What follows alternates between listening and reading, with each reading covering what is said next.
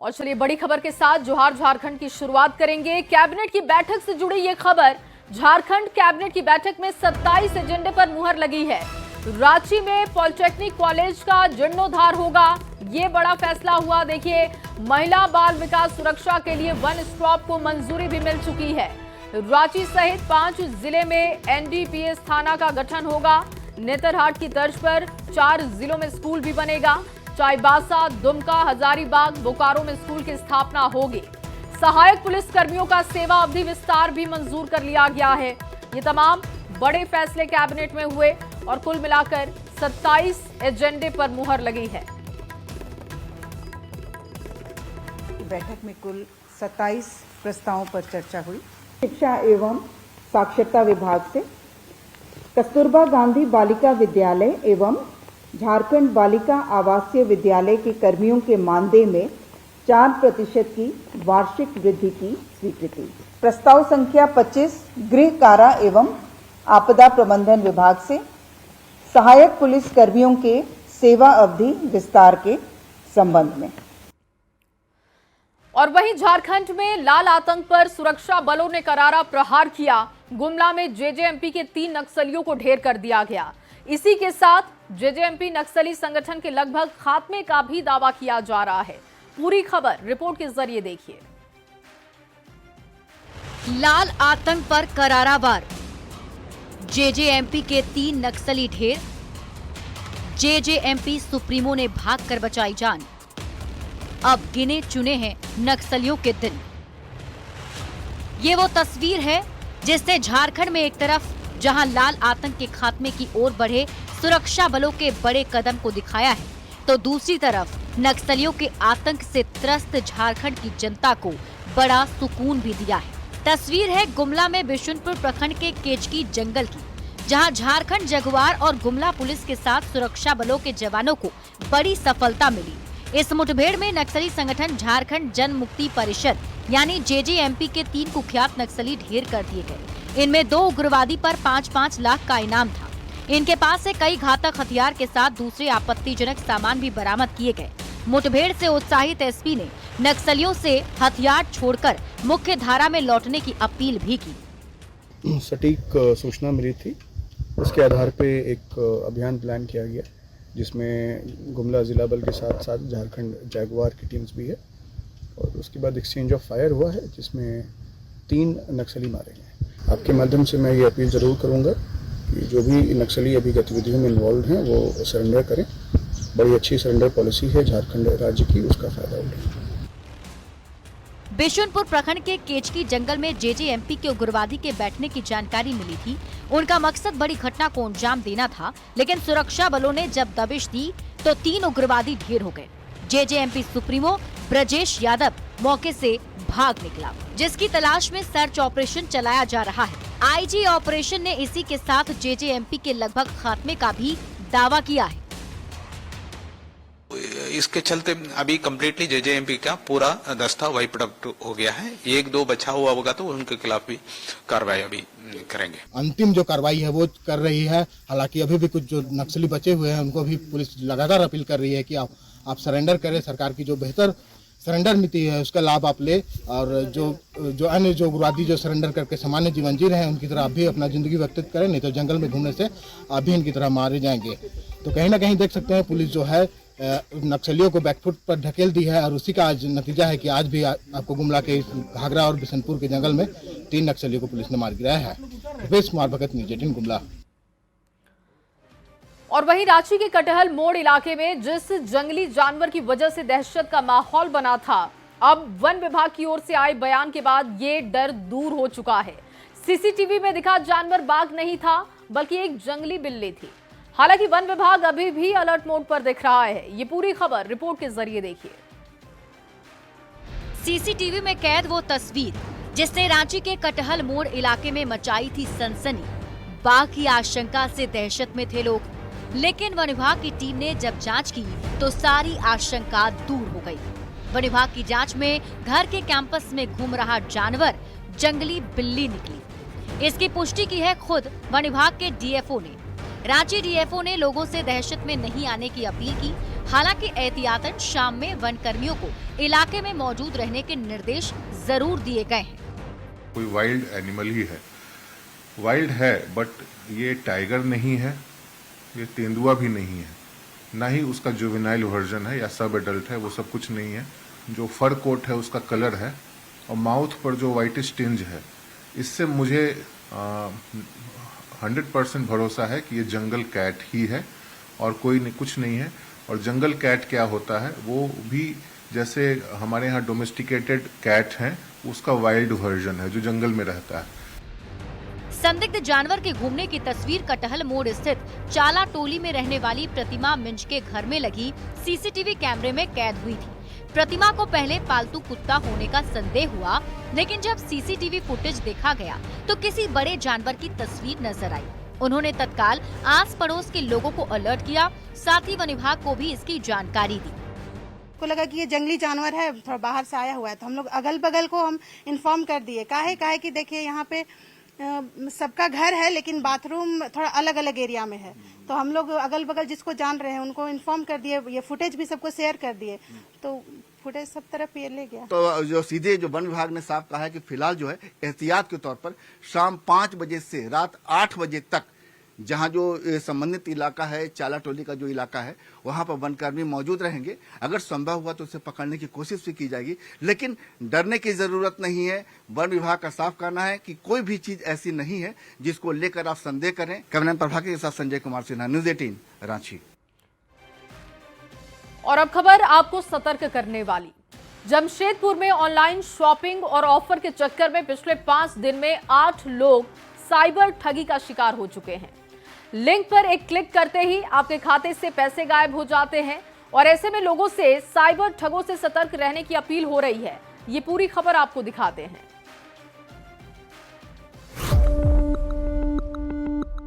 दुर्गा पूजा की शुरुआत के साथ ही त्योहार का मौसम शुरू हो गया है और इसी के साथ ऑनलाइन शॉपिंग का ट्रेंड भी जबरदस्त चल रहा है।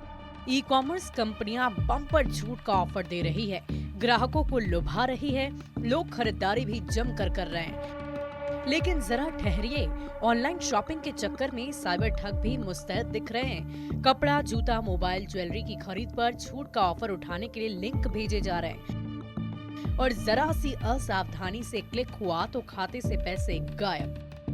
जमशेदपुर में साइबर ठगी के शिकार ने लोगों से सावधान रहने की अपील की है। उसमें लिंक में आया था कि 70 से 80% डिस्काउंट है। मैंने क्लिक किया और क्लिक करते ही हमारे अकाउंट से 6 से 7 हज़ार रुपया दूसरे अकाउंट में ट्रांसफर हो गया। साइबर ठगी से बचने के लिए चैम्बर ऑफ कॉमर्स की ओर से जागरूकता अभियान चलाया जा रहा है और वोकल फॉर लोकल को बढ़ावा देने के साथ दुकानों में जाकर ही खरीदारी की अपील की जा रही है। इधर जिला बीजेपी ने भी साइबर ठगों पर लगाम लगाने की पुलिस से गुहार लगाई है।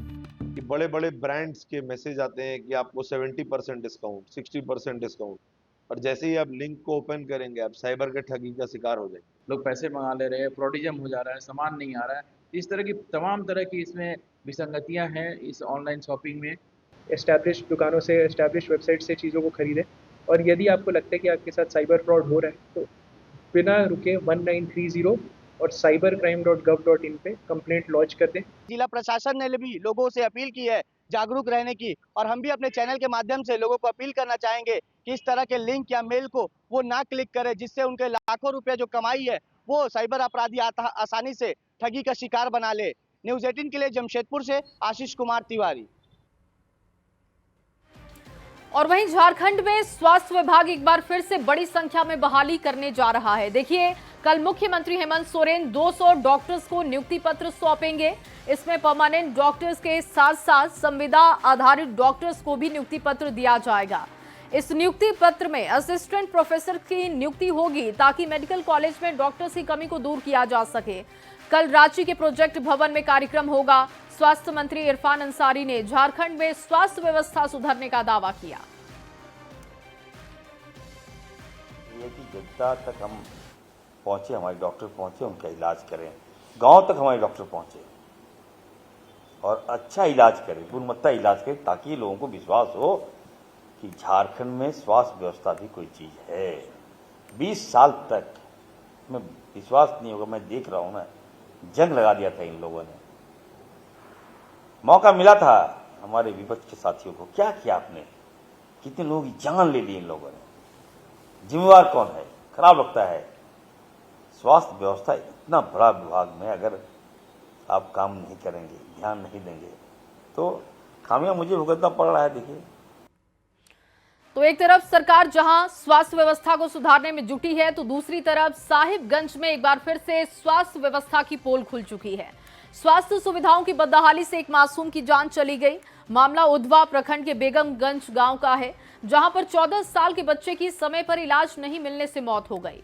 बच्चा अचानक बीमार हो गया था, तत्काल इलाज की जरूरत थी, लेकिन गांव से 1 किलोमीटर दूर स्थित अस्पताल बंद होने की वजह से समय पर उसे इलाज नहीं मिल सका।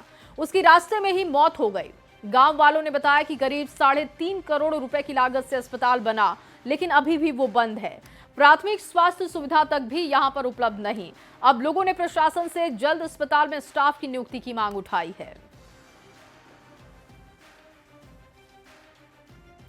और अगली खबर धनबाद से, जहां बस्ता कोल में बिजली संकट से जूझ रहे ग्रामीणों ने जमकर हंगामा किया। आक्रोशित ग्रामीणों ने BCCL एरिया 9 बस्ता कोल कोलियरी कार्यालय के मुख्य गेट पर तालाबंदी कर धरना दिया है, जिसकी तस्वीरें आपके सामने हैं। इस दौरान उन्होंने प्रबंधन के खिलाफ जमकर नारेबाजी की। बिजली समस्या से जल्द समाधान और निजात की मांग उठाई है। ग्रामीणों ने आरोप लगाया है कि ट्रांसफार्मर जलने के बाद पिछले 15 दिनों से बिजली आपूर्ति पूरी तरीके से ठप है, जिससे लोगों की परेशानी काफी बढ़ चुकी है। इतना ही नहीं, ग्रामीणों ने मांग पूरी नहीं होने तक आंदोलन जारी रखने की चेतावनी दी। हम लोग का जब तक व्यवस्था नहीं देता है, और अभी हम लोग बस्ता कोला कोलियरी का केवल कार्यालय को बंद किए हैं, एरिया भी बंद करेंगे और ट्रांसपोर्टिंग खनन और ट्रांसपोर्टिंग दोनों बंद करेंगे, जब तक कि आके ये एकदम सीधी चेतावनी होने देंगे। ट्रांसफार्मर जलने के बाद हम लोग 15 तारीख को हम लोग लगातार प्रयास किए।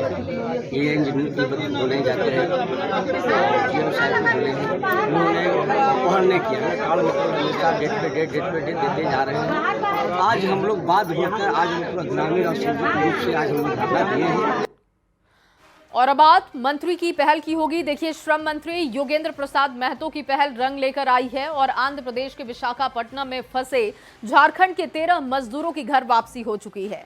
सभी मजदूर रांची पहुंचे। ये सभी 13 मजदूर बोकारो जिला कसमार के रहने वाले हैं, जो कि दलाल के चंगुल में फंसकर विशाखापट्टनम के एक फैक्ट्री में काम करने के लिए गए थे, जहां इन्हें काफी प्रताड़ित किया गया। फोन भी इनसे छीन लिया गया ताकि ये अपनों से संपर्क ना कर सके। काफी मशक्कत के बाद इन लोगों ने अपने परिवार के सदस्य को फोन कर पूरी घटना की जानकारी दी, जिसके बाद परिवार के लोगों ने मंत्री को जानकारी दी और इसके बाद अब देखिए इनको सुरक्षित वापस लेकर आया गया है और मंत्री की पहल की वजह से ये सब कुछ हो सका है।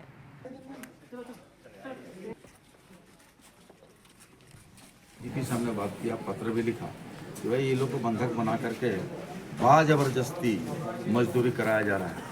और आप देख रहे होंगे इनके चेहरे में जो थकान स्पष्ट बात को साबित कर रहा है। क्योंकि बीमार पड़ते थे तो इनको इंजेक्शन दे करके ज़बरदस्ती मोबाइल सीज कर लिया गया था, खाना भी नहीं दिया जाता था, समय पर सोने भी नहीं दिया जाता था और डर और भय भी दिखाया जाता था कि तुम भागोगे तो मारेंगे भी।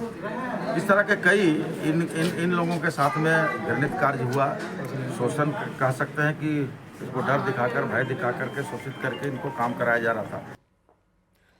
और अगली खबर रामगढ़ से, जहां पर कोयला निकासी में ब्लास्टिंग के लिए होल में बारूद डालने के दौरान धमाका हो गया। इस हादसे में CCL कर्मी महेश साव की मौके पर जान चली गई।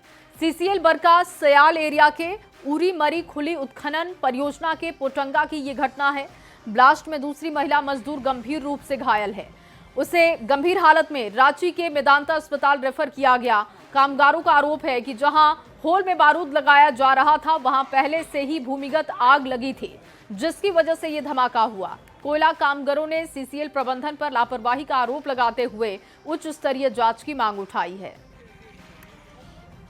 सामने में रहता है, ओवरमैन रहता है, मैनेजर रहता है, सारा कोई वहाँ पे रहते हैं।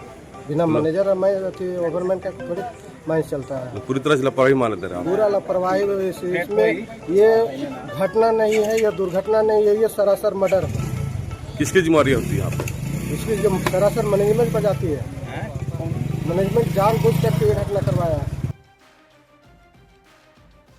और वहीं मुख्यमंत्री हेमंत सोरेन और गांधी विधायक कल्पना सोरेन ने बॉलीवुड गायिका शिल्पा राव से मुलाकात की है। जमशेदपुर की बेटी और बॉलीवुड गायिका शिल्पा राव को 71वें राष्ट्रीय फिल्म पुरस्कार से सर्वश्रेष्ठ महिला पार्श्व गायिका का पुरस्कार से सम्मानित किया गया। सम्मान मिलने पर सीएम ने शिल्पा राव को हार्दिक बधाई और शुभकामनाएं दी हैं। मुख्यमंत्री ने कहा कि कई मौकों पर हमारी बेटियों ने राष्ट्रीय फलक पर राज्य का नाम रोशन किया। मुख्यमंत्री ने कहा कि आपको मिला ये सम्मान राज्य का भी सम्मान है। उन्होंने शिल्पा राव को उनके उज्जवल भविष्य के लिए शुभकामनाएं दी।